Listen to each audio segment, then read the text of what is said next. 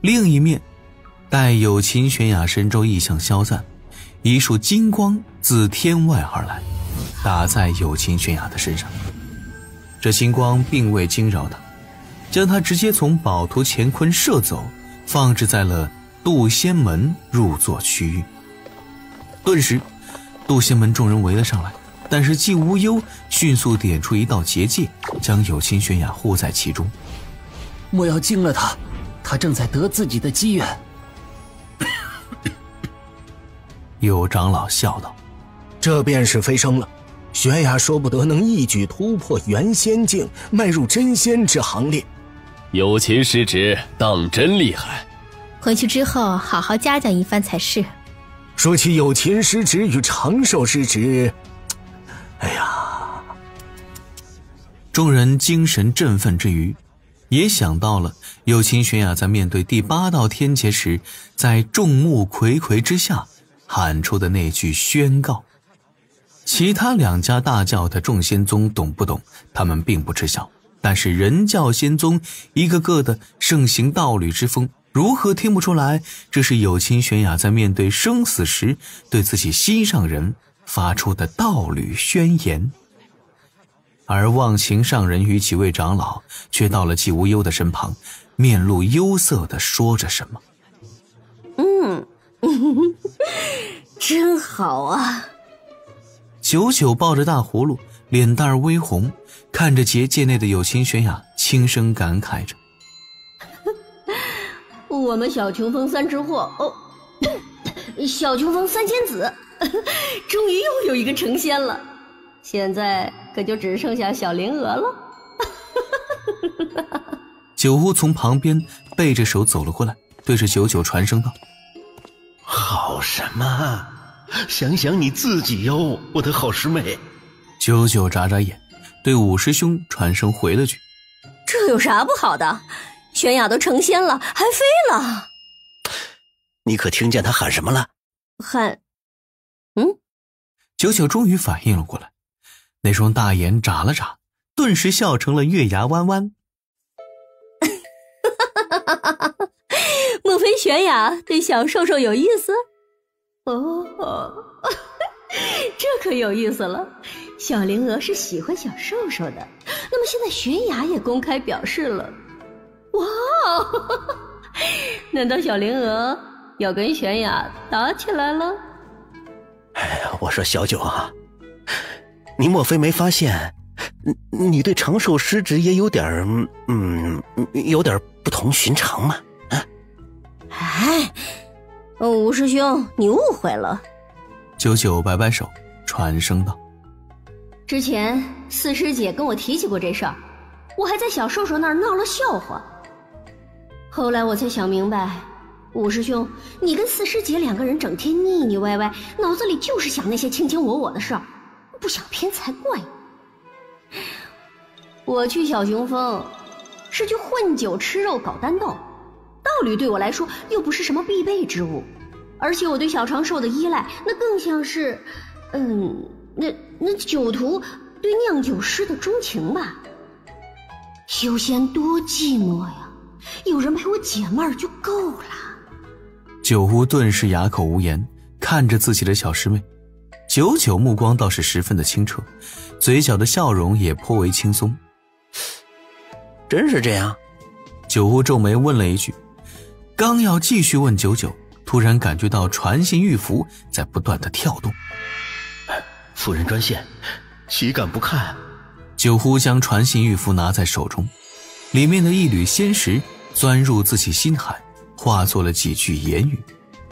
海道人不由微微一愣，九九见状翻了个白眼，却是没多搭理自己五师兄，继续看着越发灵秀的有亲玄雅，脑海中已经开始浮现出了一场3人大戏。那个穿着衣服的那种还别想多了。不多时，几名人教金仙联袂来寻渡仙门掌门季无忧，说那有秦玄雅渡劫之时的鸟笼之事。季无忧咳了半天，却是说不出个所以然来。一旁的忘情上人立刻传声问询门内长老执事，不少人掐指推算，可都推算不到那只能抵挡天劫的鸟笼是何人所作。然而法爷鸟笼当初曾在奇缘渡劫时出现过，有随行来的门内真仙执事想起，就去找忘形上人禀明此事。小琼峰。忘形上人轻轻皱眉，近来这小琼峰的异状当真是越来越多了。正此时，九呼匆匆忙忙从一旁赶来，喊了一声：师傅啊，弟子知那鸟笼来历。讲。九呼连忙传声：那鸟笼是门内一位真仙长老仙逝前留下的。当年这位长老寿至大限，但膝下无弟子，仙力衰弱不堪，如凡人老翁一般。他仙逝前的数月，一直是由百凡殿指派的小琼峰弟子李长寿服侍。长老临走前留给了长寿师侄一门剪纸成人的神通，以及这名为法爷鸟笼之宝物。但这宝物如何做的，咱们当真不知。此物还剩最后2件，是长寿师侄给他自己与他师妹所留。忘情上人面露恍然，九乌所说自然是半真半假。李长寿的剪纸成人神通，就是得自那位因大限仙逝的长老，此时也只是将法爷鸟笼的锅也推了过去，顺便铺垫一下，今后传剪纸成人神通给灵娥之事。忘形上人掐指推算，很快地点了点头，朝着那边寒暄的几位金仙而去，对掌门耳语几句。姬无忧很快就对外言说，那法笼门内并无炼制之法，乃是一位已经仙逝的长老所留，此时只剩下最后2件，是那长老所赠弟子自身要用。来求宝的几位金仙面露遗憾之色，也并未强求，纷纷告辞而去。姬无忧还未入座，又有金仙前来，不过半天的功夫，陆陆续续的便有数十家三教道成前来问询法爷鸟笼之事。姬无忧掌门疲于应对，干脆立了个木牌，上面写清楚那鸟笼并非是渡仙门门内炼制，而是一位长老所留上古之物，他们没有炼制之法，如此这才是勉强稳住了局面。然而关于此事的麻烦并不算完。众弟子进入宝图总共7日之后，宝图内大部分妖兽凶兽被荡空，大部分宝物被拿取。这一次的弟子斗法环节也就告一段落。此时三教仙宗刚数过源流，三教一家亲氛围浓郁，大家表面和和气气，不便排名次分高下。这般处理倒也是十分高明。后面这几日，李长寿和熊灵力继续藏了起来。玄都大法师已经走了，有秦玄雅除妖渡劫飞升，已经给他们渡仙门和人教道成出尽了风头。大法师交代的人教扬威也算是交了一份及格的答卷。他们其实不用多做什么，这几日李长寿就在宝图中不断的分析这一次法爷鸟笼的意外暴露会给自己带来什么影响。推来算去，李长寿并未发现太大的凶险，顶多是会有人为难，见招拆招自可化解。渡仙门背后有大法师的身影，也不是谁都敢动。待第7日，阐教福德金仙云中子再次出手，将众弟子从宝图中射出，各自送回原本的位置。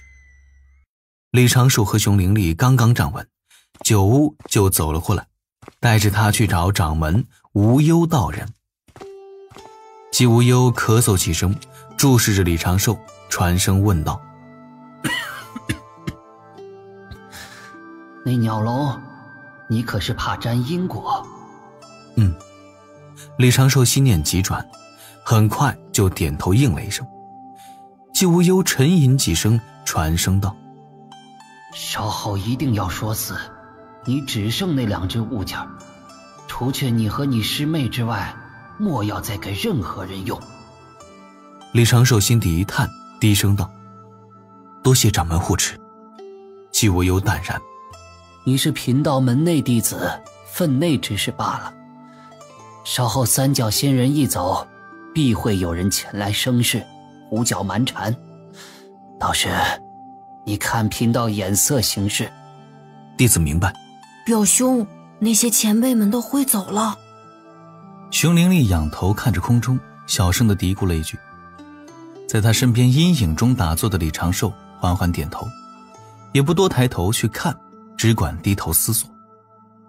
瞄了眼正在结界中感悟修行的有清玄雅，李长寿的心底微微抽搐。他在构思一种名为逆雄心丹的仙丹，准备以后用来克制有毒师妹的毒功。这一次法爷鸟笼帮有毒度过了天劫，李长寿对此前利用了他几次，也就没了亏欠。稍后他再来小琼峰，就避而不见，也不要去告别了吧。如此也可以渐渐减少牵连，避免今后再被他惹出更多的因果。文字经有言：朋若多，事无睹；友若寡，免横祸。我诚不欺我。李长寿的心底微微摇头，其一句仙路长宁，道一声安心长生。至于法爷鸟笼，各位源流大仙离开，代表着这一次三教源流大会的正席落幕。但对地上的这些三教仙宗而言，还会有各种繁琐的余韵。空虚掌门所担心的有人会来生事，应该不远了。果不其然，三教众仙刚刚散场，人教的逍遥仙宗与其他的4家仙宗的掌门一同来寻季无忧。季无忧寒暄应对几句，就将李长寿找了过去。长寿啊！季无忧笑了笑，给了李长寿一个眼神。过来，见过这几位前辈。遵掌门令。李长寿向前，对着眼前这3男2女5位老神仙做了一个标准的道揖，额头微微见汗，略微有些紧张。渡仙门弟子李长寿，拜见5位掌门。有一位老妪满脸的笑容，先是温声道：“你倒是好福缘。”自然是在说有清玄雅那句宣告之事。果然这5人不接触他道躯，近距离也看不透第6版归绝。李长寿的心底稍微松了一口气，随后这老妪继续温声道：“长寿，你可知你那鸟笼能让多少会毁在天劫中的人教弟子可渡成仙天劫？我知你并无炼制之法，但可否将它拿出来，让我等参详参详？说不得便可找出炼制之法，那你便是大功一件，贫道自有厚礼奉上。”厚礼？李长寿瞧了眼掌门，无忧道人对他轻轻眨了一下眼。这是几个意思啊？李长寿略微皱眉，额头冷汗更是多了几颗。还请各位前辈恕罪，弟子恐怕不能拿出此物。那老妪皱眉：“为何不能拿出？莫非你想独享，亦或是只愿给渡仙门门内所用？”又有一位老者低声道：“咱们人教6仙宗本就是一家亲，这般藏私恐怕有些不妥吧。”李长寿又看向自家掌门，无忧道人却是面露为难。哎呀，罢了，掌门有些不靠谱，眼色给的这也太慢。幸亏我此前已经想好了应对之法。李长寿连忙做了一个道揖，越说越小声，声音也多了几分无奈。弟子自然不敢藏私，但助人渡天劫本就会沾染因果，此物虽然十分难以炼制，但各位前辈门内定有不少炼器宗师，想仿制应当不难。各位前辈都是大宗之掌门，可能保证此物不流传到人教之外？弟子觉得，一旦此物流传开来，若助善仙得道，自可沾他的福缘；若助恶仙得道，也必将食他恶果。弟子所修渡仙门无为经之上卷，经文里面告诫，奉无为而有为之法，行顺应自然之道。这5家仙宗掌门各自皱眉，竟一时之间哑口无言。渡仙门众仙听闻此言，弟子们略带疑惑不解，但各位长老却是各自点头，尤其是忘情上人，注视着李长寿的背影，眼底多了几分感慨。季无忧含笑向前踏出2步，刚好站在李长寿和5位人教仙宗掌门之间。李长寿的心神略定，知道掌门是挺自己的，那就没了小半后顾之忧。稍后有机会想办法将掌门引荐给大法师吧，毕竟掌门也是金仙，都摔弓跑腿的活儿也是做得来。这绝对不是想给大法师找一个新的法宝人。一位白发苍苍的老者笑道：这洪荒3界，天地之间，谁又能真的不沾因果？长寿啊，你这般其实是有些思虑过度了。弟子并非。